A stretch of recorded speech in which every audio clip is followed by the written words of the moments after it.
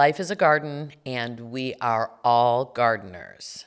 Today is a fantastic day to do a podcast, and we are going to be talking to Hannah Bubis, and she is a plant medicine specialist. I'm going to call you that. Is that okay? Sure. Cool.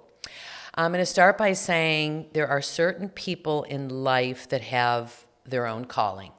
There are people that love animals and either become vets or start a farm. There are people that love children. They either have a preschool or have 50 at-home students, you know. There are people that love plants, much like myself, and become a garden designer. I am learning as I grow that plants they call you.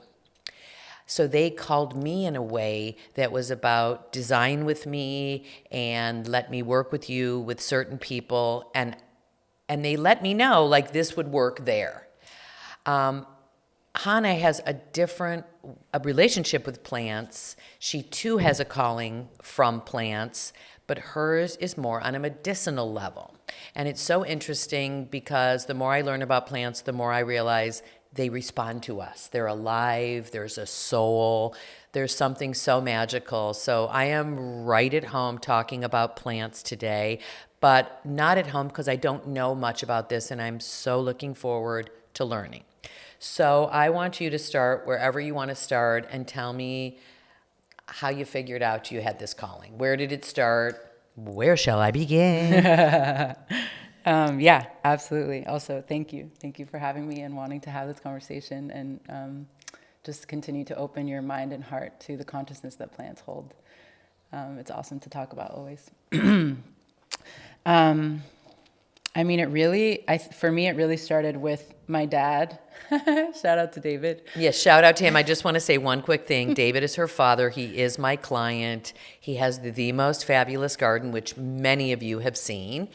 And he said to me, I think it's really important that you meet my daughter. Thanks, David. Thanks, David. He's such a Boy Scout at heart, and he really instilled in me a wonder about the world. And so I have had this just kind of inherent appreciation for what's around us for as long as I can remember. But the place that I'm in now in my ripe 37 years of life, the plants have called to me, and what I want to say about that is, my journey with plant medicine began 7 years ago, with psilocybin, and I felt this deep remembrance with my experience in the medicine.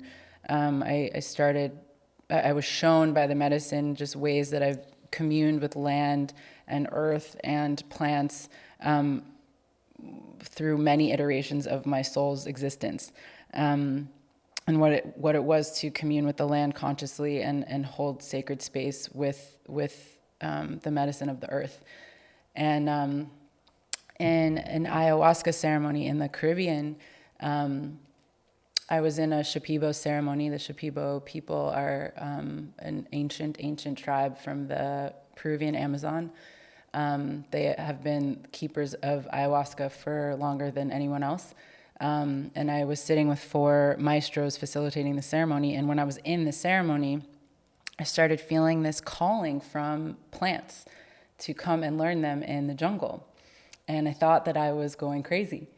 And but it was a big part of this particular ceremony. And I remember the next day going to the 4 maestros and saying, I felt like these plants were talking to me, and like, who are these plants? And also, am I going crazy? And like, do I need to talk to someone? Like, is something wrong? And they all laughed and they said, no, the plants are calling you. They told us the same thing, and we want to connect you with our maestro, and so you can go learn from him. And 6 weeks later, I was in the Amazon. And wow. The thing that really sets apart the Shipibo lineage is that they use the master teacher plants of the jungle to do the diagnosing and healing on people in ceremony. What does that mean? So my learning with my maestro began by dieting a plant called Noya Rao. This wood of my pipe is actually Noya Rao wood.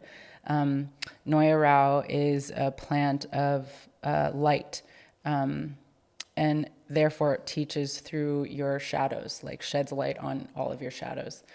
And you dive into a process where you're dieting the plant, which means that the only thing you're putting in your body for an extended period of time is extract from a plant and ayahuasca every other night.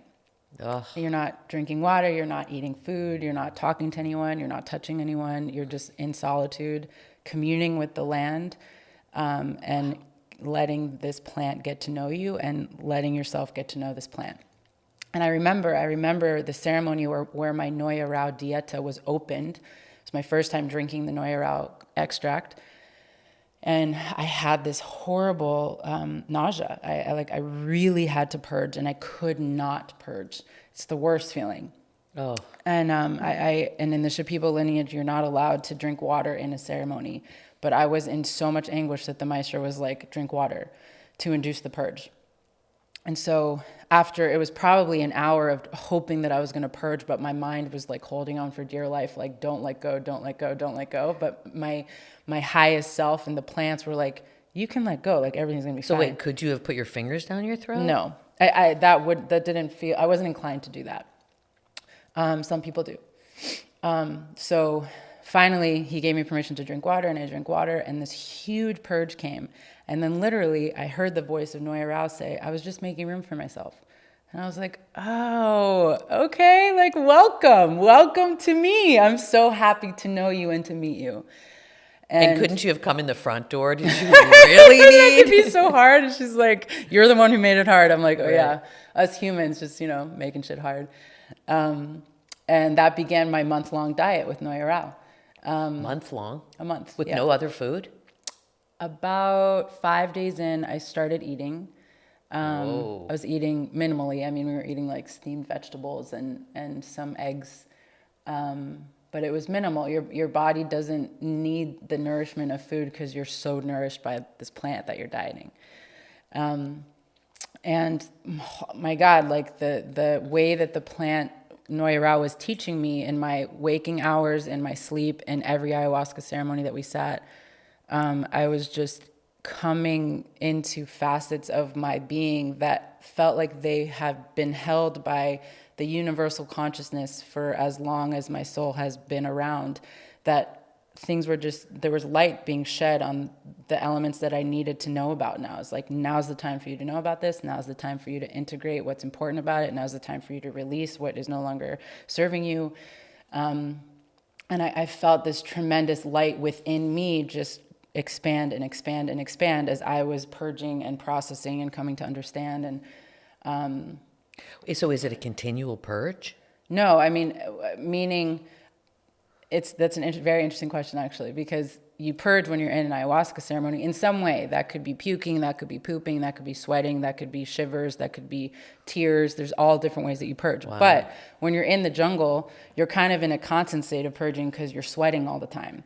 And you're like, your body's just, and when you're like not eating a lot of food, right? Like your body's removing what needs to be removed. Not of course, also because the Maestro had each of us also in treatment, which meant that he was administering other jungle medicines to like clean our blood and make our organs kind of purified. And so we were like in this continual purge for the whole time that we were there. Are they all edibles? Is that how you do it? Drinking. Drinking. Yeah, and jungle medicines are super harsh. Like, it's not what we're used to in the Like the Western taste, world. you mean? Yes, like even the taste could make you purge. The treatment medicines were not psychoactive, but they were, I mean, they all have just crazy wild properties for healing, just unbelievable. And so I was really like invited into this. What does it actually mean that plants have a consciousness, and that they've like, this consciousness has been watching over us forever. And it's up to us as the humans down here in this human realm to tune into that consciousness. Cause like the plants are our original ancestors, and they're the keepers of wisdom and light and love and knowing and faith, right? They just embody faith. They're not like worried about what's going to be happening. They're just constantly regenerating and healing and Godlike. receiving and releasing. Absolutely. And so to commune with a plant by dieting a plant was like, once you diet a plant, you become part plant. And so Noya Rao is always with me. And then the second month I dieted another plant, which was a completely different experience, because the way that Marusa teaches is she's not a plant of light. They revere in the jungle, they revere these plants as doctors. Literally, the master teacher plants are known as doctors. But Marusa is not only known as a doctor, she's known as an entire hospital. And so Marusa will come in and perform like cosmic surgery on your stomach, on your hearing, on your vision. And you see it happening when you're in ceremony, where you're like, I'm being completely restructured here, because she has access to like so much. And Marusa is a very hard plant to diet. She's very, very strict. Like, I felt like my senses were like, I felt like I must have been like 8 months pregnant. Like for the first week, I was like, I couldn't be around anyone. I could hear everything. I could smell everything. I just was like, there's a lot of just breathing and regulating. And then after the first week, it became easier and simpler.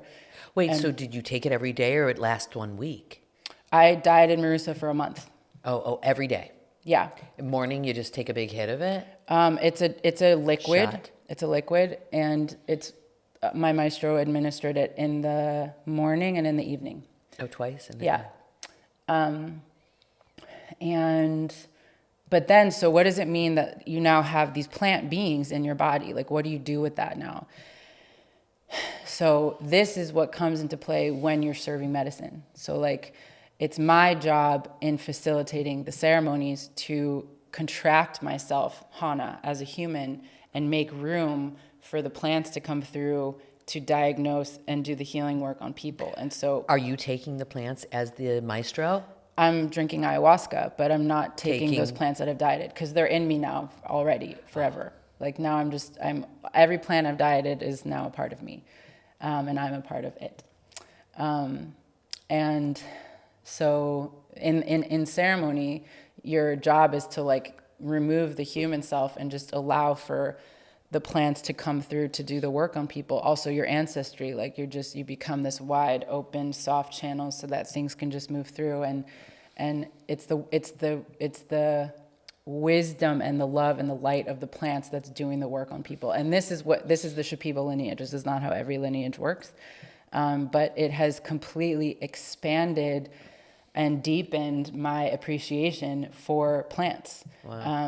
And there, you can't, it's not like you can only diet the plants of the jungle. There are people who are dieting redwood trees. And I'm like, I can't even imagine what that's like to be downloading the wisdom of like redwood trees. Like, what does that even mean? And how does that impact who you are as a person in the world? You just become, part tree. Noya Rao, the first plant I dieted, is a tree, not a plant. So I have this like tree being in me I'm constantly tuning into. And tree people. Right. Exactly. And after dieting, it's like, it's not just Hana anymore. Like I'm like tuning into Noya Rao and Marusa, and the third plant I dieted is Bobinsana. Like I'm checking in with them. Like, can I eat this food? How do we feel about talking to this person? Or like, is this vibration good for us? And like, I'm tending to them all the time.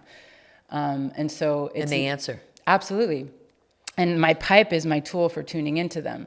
And what do you put in the pipe? The pipe, I use mapacho, which is a sacred tobacco from South America. You don't smoke it. You just put it in your mouth and you use it for clearing energy and for tuning in. But mapacho is a plant of protection and grounding, and is a wonderful bridge. And so before I smoke a pipe, I put my intention into the mapacho of like, tune me into my diets, tune me into the plants, or protect me before I go into this space or have this hard conversation with this person. Or at the end of the day, if it's been like a crazy wonky day, my pipe at night is just like, can you please clear that energy off of me so that I'm clean? So it's sage-ish kind of in its 100%. own way. Yeah. And you're not getting stoned from that? Absolutely not. If you swallow the smoke, you would. Like you could pass out from swallowing. Mapacho is very, very strong. But that's not what you do on a regular basis. Yeah. Wow, that's so kooky. Wait, so I want to ask you something. Do you know what is ayahuasca? Is there a plant called ayahuasca, or is the ayahuasca coming out of a certain kind of plant? Yeah. So there's an ayahuasca vine. A vine. It's a vine that is connected to a tree. And the medicine of ayahuasca is that vine combined with a leaf called chacruna.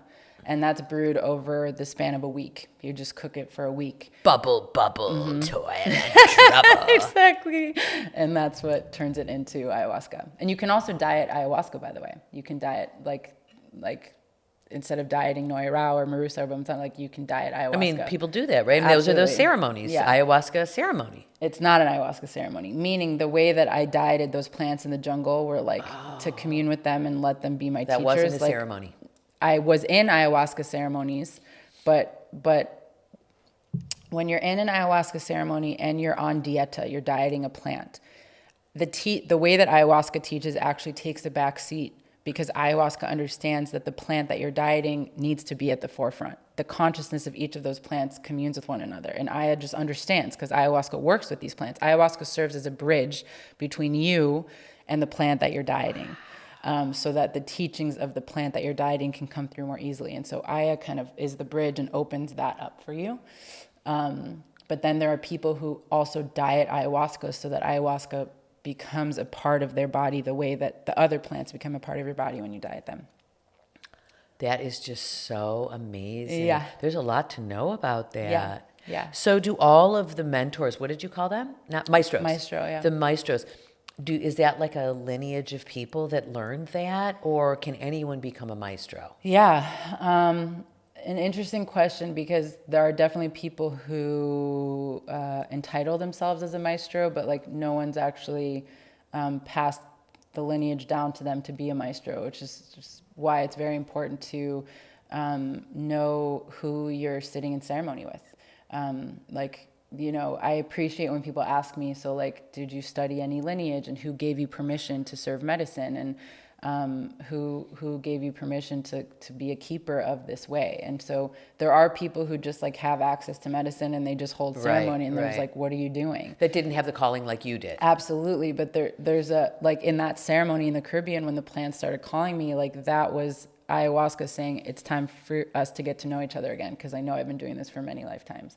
And so I've also worked with plants for many lifetimes. And so I became a maestro because of the maestro and how he taught me. And in the jungle, when I was learning from him, we were working towards being able to hold ceremony ourselves, which we did.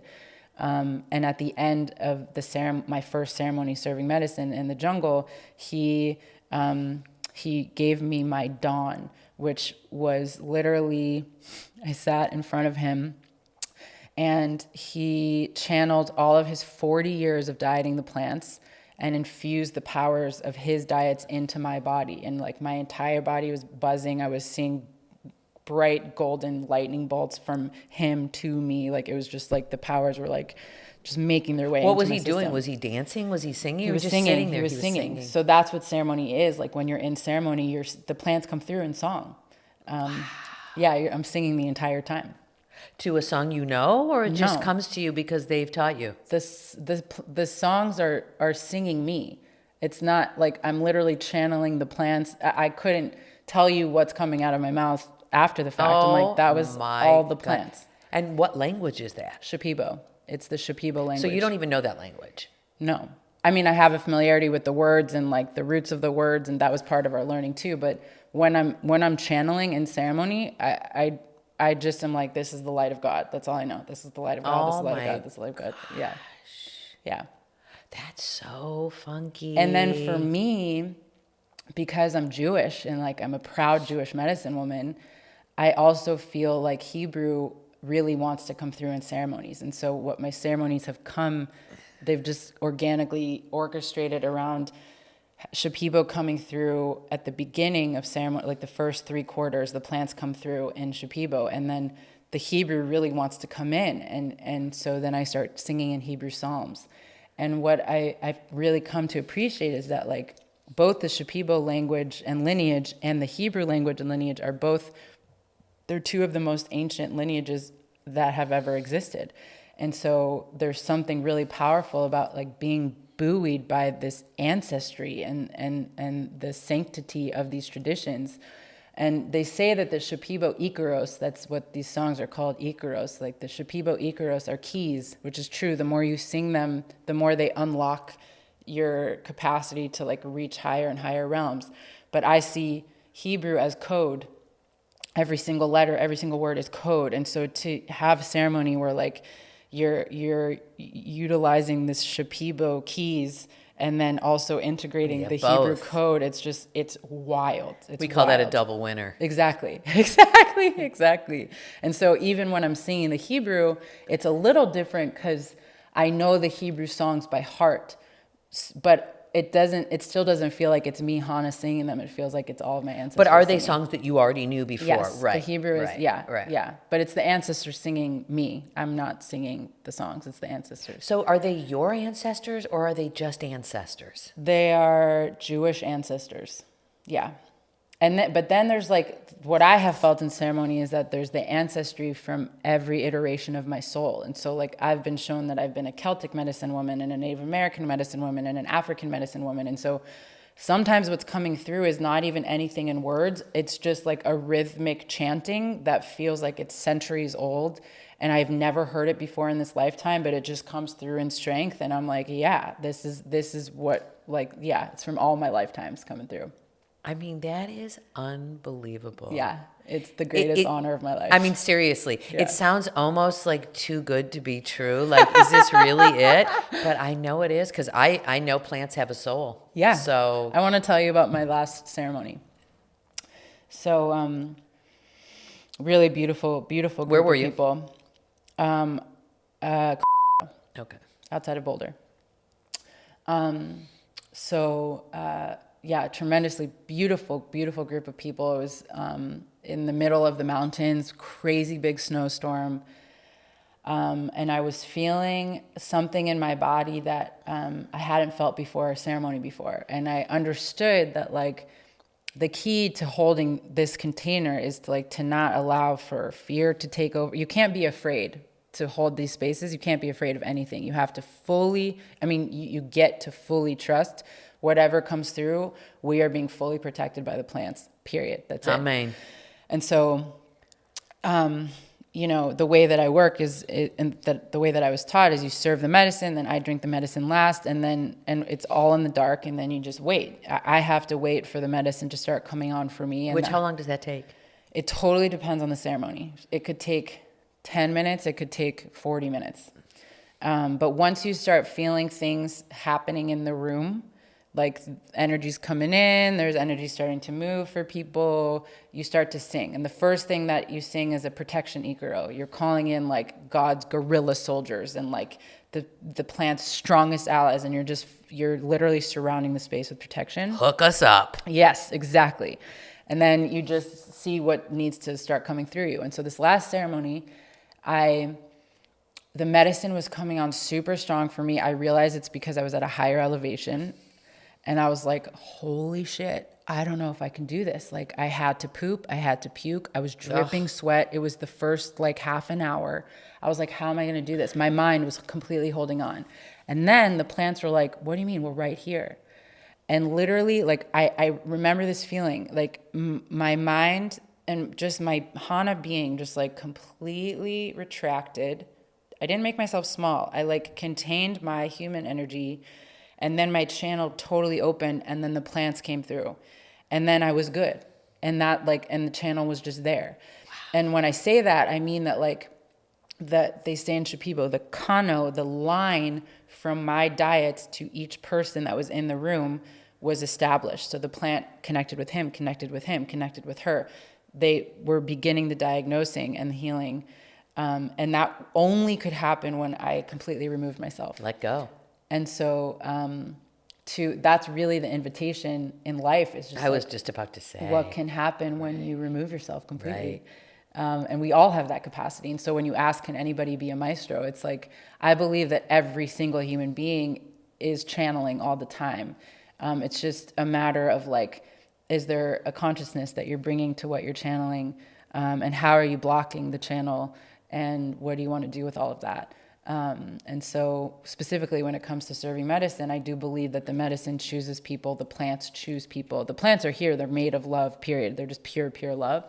That's so godlike too, right? 100%. This is like, but if the plants understand that every single one of us is chosen, they just want us to choose ourselves first, and then they'll be able to engage with us from a productive place.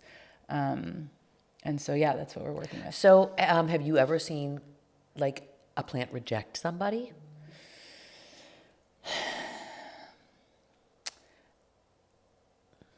Not quite. It's more that the plants choose you, like, because they understand where you are with yourself and they want to buoy you through your process.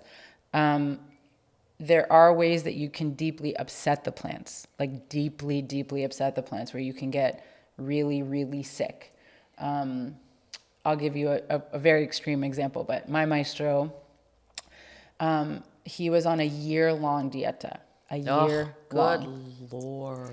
And one you of got the to be things, really prepped for that. Oh yeah. Once you choose this path, you're like, there's no joke. Like you can't waver on, We ain't you're messing. like, yeah, exactly. And the plants had told him years prior that when he's dieting, he cannot eat food that was cooked by a woman who's menstruating. Wow. So he was like 10 months into his diet, of his 12-month diet, and he ate food that was cooked by a woman who was menstruating without knowing it. The plants took away the feeling in his left leg, completely took away the feeling in his left leg, and he had to start the diet over, and only once he completed the year-long diet did the feeling come back in his leg. You mean he went those 10 months and it was a wash? Started all over? Correct. So how did he know that though? Because he started feeling things in his leg. Right. But how did he know he has to start all over again? Did the plants tell him that? Yes. Oh my good. So everybody's in full communication. Yeah. Always. All the time, always. The plants are constantly informing you. It's what, like, when people come to me who want to sit in ceremony, like, I'm holding my pipe like I am now, and I'm just tuning in. Like, what's the vibration of this person? Where are they with themselves? Is now the time that they're ready for this? Are they ever going to be ready for this? Or, the plants are telling me. So is the spirit of ayahuasca. Even though I've never dieted ayahuasca, like... Oh, you've never? No, I've never dieted Aya. But Aya. I'm totally in communion with her all the time. And she's guiding me, just like who's ready for this, what's needed to help this person become ready. Like they're constantly informing you, constantly. Like you said, from the beginning, those people were waiting for you. They knew. Yeah. Your maestros knew. Yeah. I mean, I kind of feel that way about plants that I'm not dieting that are in a garden, Like they'll let you know if they're happy or they're not happy. Totally. In 2 minutes, you'll know. Right plant, right place. Right, Totally. Wrong plant, Yes. wrong place. Yes. Yeah. And do they need water? Do they need new dirt? Do they There's need not more enough sun here. This Right. is not the good soil. Yeah. Whatever it is, they Yeah. talk to us and Yeah. say, nah. Yeah, exactly. Or also, like, how are they responding to the people around them?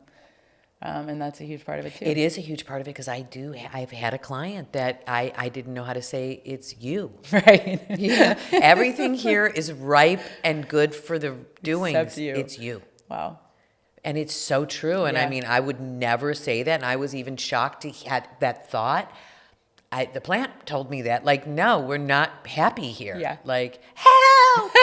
And it's so real and true. Because everything's energy. Yeah. And like, who else is more tuned into energy than plants? Like, they're So holding it all. interesting and juicy. So, what can you do with this? Like, where's your future go with the plant as a plant medicine? Like, how would you like to? Where do you see yourself? Yeah. And what do the plants say to that? Yeah. The plants definitely want me to be doing more than just holding ceremony. And that's new for me, like in the last month, that's started to become more clear. And I feel that because plant medicine is an attunement tool, a self-attunement tool, I'm becoming really curious about how I can engage people around that and teach about that and write about that. And there are so many self-attunement tools, and I just want to help people come back home to themselves with whatever tool feels most aligned with their truest expression of self. And so I want to write and I want to teach and I want to hold group spaces and I want to hold retreats and I want to continue with ceremonies, but there's more. There's more offerings that are ready to come through me. And this last ceremony in like my capacity expanded like in a tremendously huge way. And so I've been sitting with this like, so what am I doing now with this expanded capacity? Because I do feel that in every ceremony that I sit, my capacity just expands more and more. And with that comes this deepened sense of faith. And so I'm curious. Wait, is it faith in yourself, faith in plants, faith in God? What's the faith? All of it. Faith in the path, faith in what's unfolding, faith in how I'm co-creating with God, faith in the plant's wisdom and guidance, faith in the medicine. You know, I've been sitting with how to explain to people what ayahuasca is. And so I've been exploring that inquiry with plant medicine, you know, humans in my life. And it's so interesting to hear how each person answers that question. And it's like there's ayahuasca as an entity, like you're allowing an entity into your being. Ayahuasca as a tool to hear and know and feel God. And there's like a tangible piece to that too, which I think about often, which is that the ayahuasca vine is the exact replica in terms of its design as a DNA helix, and I don't believe that that's a coincidence. And wow, that's interesting. Mm-hmm. And that DMT, which is the ingredient in ayahuasca that makes it psychoactive, that opens the pineal gland of the brain. The pineal gland, pineal comes from Hebrew, Peniel, which means face of God. Right. And so like all of this is just like, it's so interwoven with such a divine orchestration. And so, yes, I'm a huge proponent of ayahuasca and how I it love knowing that. Panim. Yeah. Panim is the face, the punum. Yeah. And so Peniel, Right, the pineal, like it's like, right? And so I will continue to, I'm deeply honored that ayahuasca has chosen me to carry her and guard her with integrity, and I'm deeply committed to what that looks like and feels like. But I'm not just promoting ayahuasca. Like I want people to come back home to themselves, and ayahuasca is a tool for that. But again, there are many, and so I want to hold and create spaces for people to explore how to come back home to themselves, so that I can become irrelevant in their lives. I'm Yeah, like, it's so just good. want you to remember that like you are your own medicine, and so it's not going to be up to any medicine, any other whatever. Like it's all right here, and so ayahuasca does remind you of that, and so do many other things. Does that grow here? No. Does any of that grow here? Do people grow that here? I mean, can a grower grow that here? Ayahuasca and the chacruna leaf. In Southern California, no, it's too dry here. It needs to be very, very humid. The closest land that I know of Seattle. where it grows is Hawaii. Hawaii. Yeah. Oh, so it's kind of tropical. Yeah, totally. If you think about like the jungle. Right, of course, of Yeah, course. it's Are very all dry. those plants all those plants, or can you grow any kind of edible plant here? I don't know the answer. I would imagine that the master teacher plants of the jungle all need like tepid. Yeah, I think you're They all need that. But again, there are plants that you can diet. Like if you want to tune into a land, like if you just arrived to a new place, it's a new home, it's a new whatever, like you want to get to know what's happening in the land, like see about dieting a plant there. And you have to ask the plant's permission. You can't just be like, I'm going to diet that tree. Like ask first. You may get like a hard no, like, no, you're not ready for that or whatever. But it's a way to just tune into what's happening in a place, is to diet a plant that grows there. So is naturally. any plant dietable? Yes. So do they all have a different kind of whatever Property, way Yeah. of teaching? Absolutely. Every single one of them. Based on how they grow, they're more leafy, more like flowery. Wow. For example, the last plant that I dieted, Bobinsana, has this like magnificent pink eyelashy flower, and it slowly opens like a lotus and slowly closes. And Bobinsana is a heart opener, and she'll just like slowly crack your heart open where you almost think nothing's happening. You're like, what is she teaching me? And then all of a sudden you're just like cracked open and you're like, what? And that's how she literally And are grows. you weeping? What are you doing when you're cracked open? Sometimes, yeah. I mean, because Bobinsana is the last plant that I dieted in August in the jungle, she's still With cracking you. my heart open to this day. Like, just when I think I've reached my capacity, my heart, she's like, let's just like stretch this a little more. And so the way that they teach is literally directly correlated to how they grow in the world. God, that's just cool. Okay, so before you did the plants, though, I know you went to school to do something else. Are you using that as part of your thing, or are you just like, that was not even, Right. you know? Yeah. So I'd say like in a subtle way, in that what I learned in school, I'd say that what I'm using now in this plant medicine realm is what I learned about myself getting my master's degree. And so like, yeah, I was learning how to engage with people and how to hold space and how to retract myself, even if I felt like I had what to do or what to say. All of that, like, I feel like my master's program was just kind of part of my refinement process before I was like, now it's time for you to come in. But it's not, I'm not like utilizing what I learned from the books or from classes or anything like that. Just more of like the craft of like being a meaningful space holder is what Right. I'm utilizing. I mean, I asked that knowing already that we don't do anything that's wasted. Right. You know what I mean? Exactly. Everything's there for a Exactly. reason. So I just was wondering if you actually, like, I know you did therapy or something, you know? Isn't Yeah. it? So I didn't know if you used that with that, but really, no, it's a whole different teacher. Yeah. I'm using the plants. Right, that's the teacher. You're just the 100%. vessel. Yeah, exactly. Exactly. So it wouldn't even matter if you know nothing. I mean, are those maestros like educated people, or are they just people that's ancestrals that... they're educated by the plants. So much so that like the Shipibo people used to, like, who live in South America, they used to not know Spanish. They only knew Shipibo. And then the plants taught them Spanish so that they could be more accessible to the world. I love knowing this because I do believe plants are amazing. Like, there's so much to them. Yeah. So much more than just a pretty little leaf. Yeah. They're listening. Yeah. They're the most tuned in. They're most tuned in.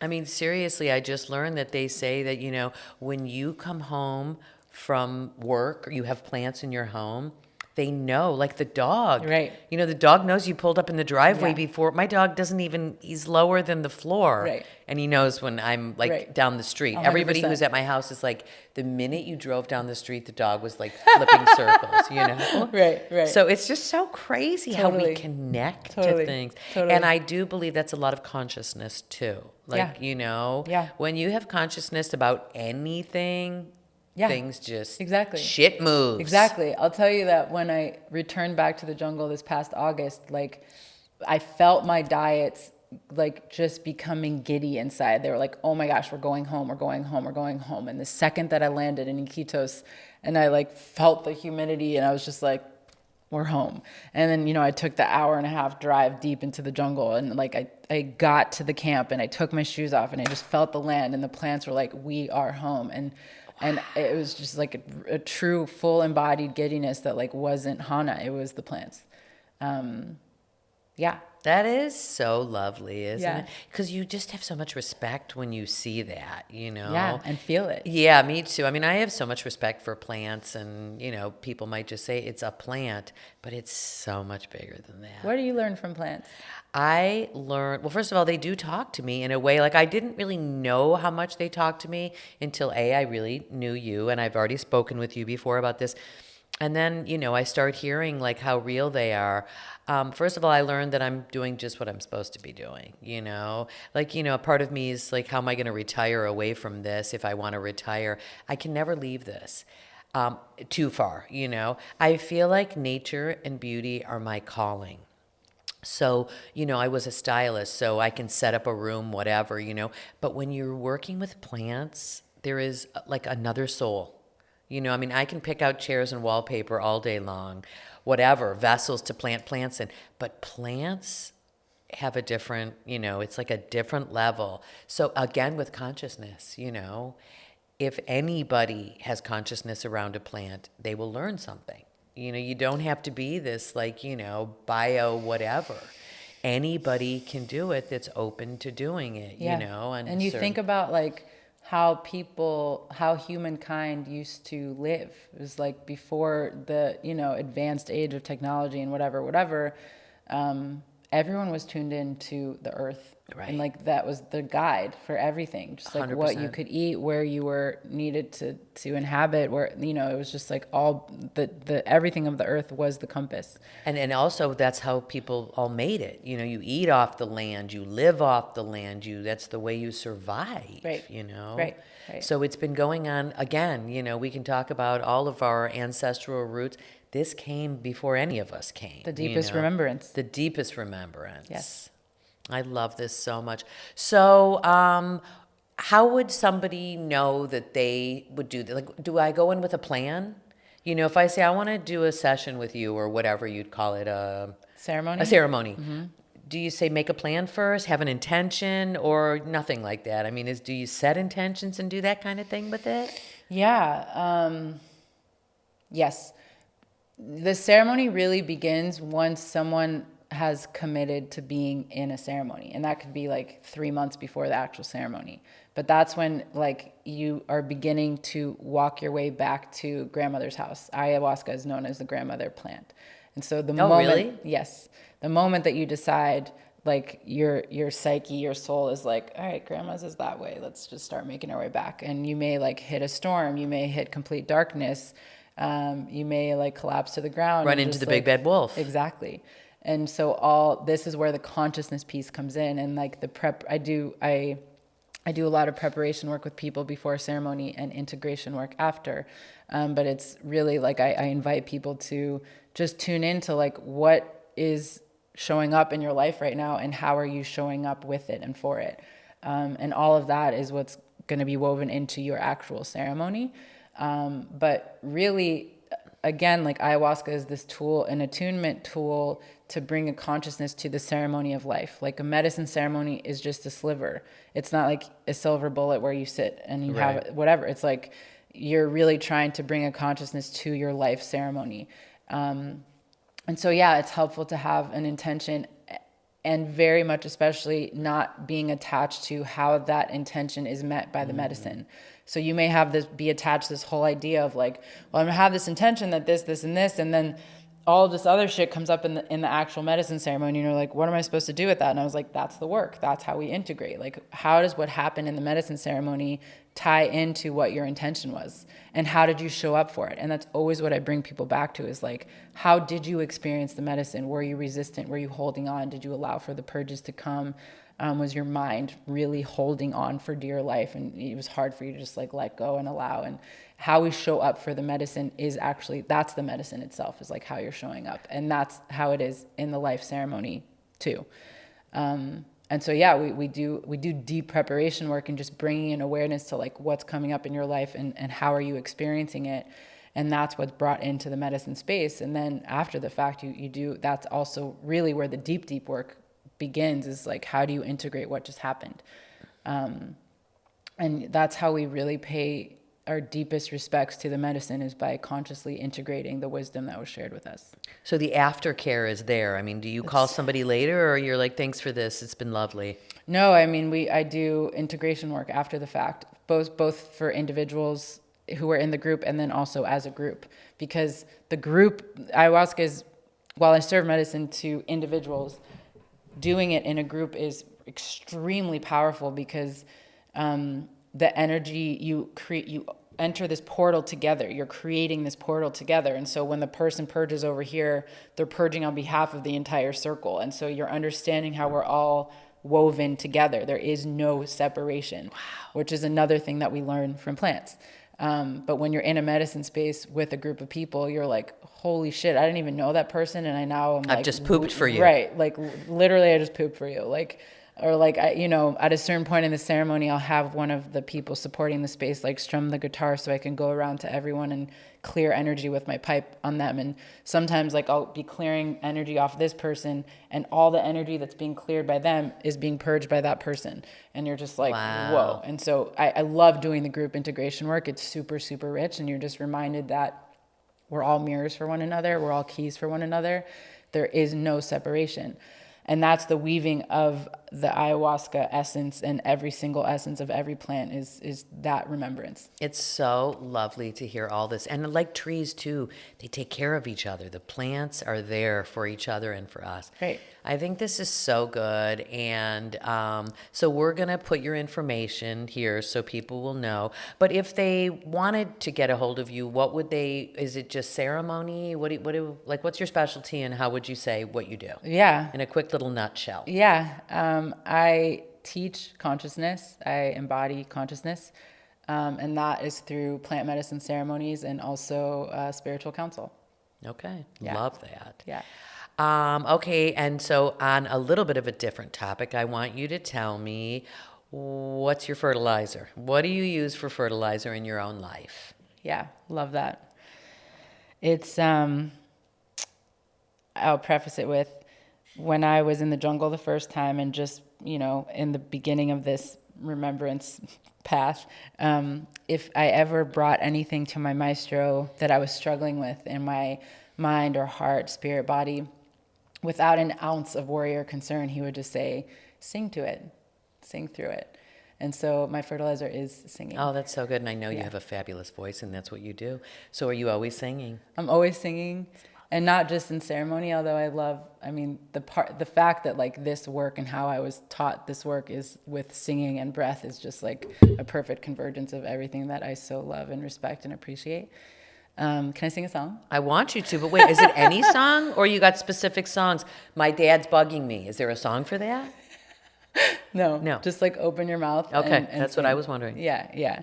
So since I emerged from the jungle the first time, these chants started coming through me that I was like, where did this come from?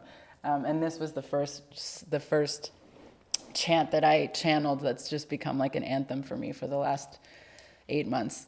Buckle up. Hey, ay, ay, ay, oh, ay, ay, ay, ay, ay, oh.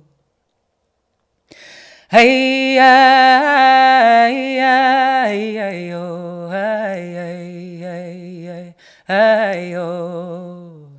Hey, ay, ay, ay, oh, ay, ay, ay, ay, ay, ay, oh. Ay, ay, ay, oh, ay, ay, ay, ay, ay, oh. Ay, ay, ay, oh, ay, ay, ay, oh. Ay, ay, ay, oh, ay, ay, oh.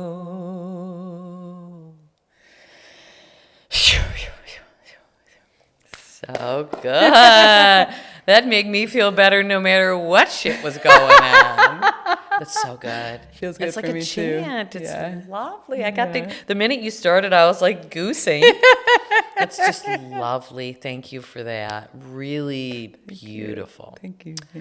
I feel like we should just end on that, but I'm not ready. My next question is, what's on your nightstand? What are you reading, sister? Yeah. There's an incredible book by Gershon Winkler, and a really awesome enlightened rabbi, called The Magic of the Ordinary, Uncovering the Shamanic in Judaism. And it's really just a deep Another goosey.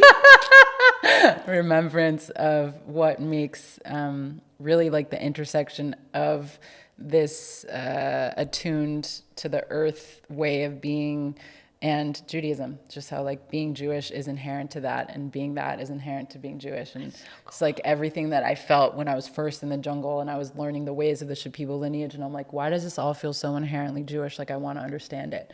And so this book has been like a really beautiful tool for that understanding. Oh, I love that. So like, just give me a quickie. What does it mean? Like you feel things you've already known from your past?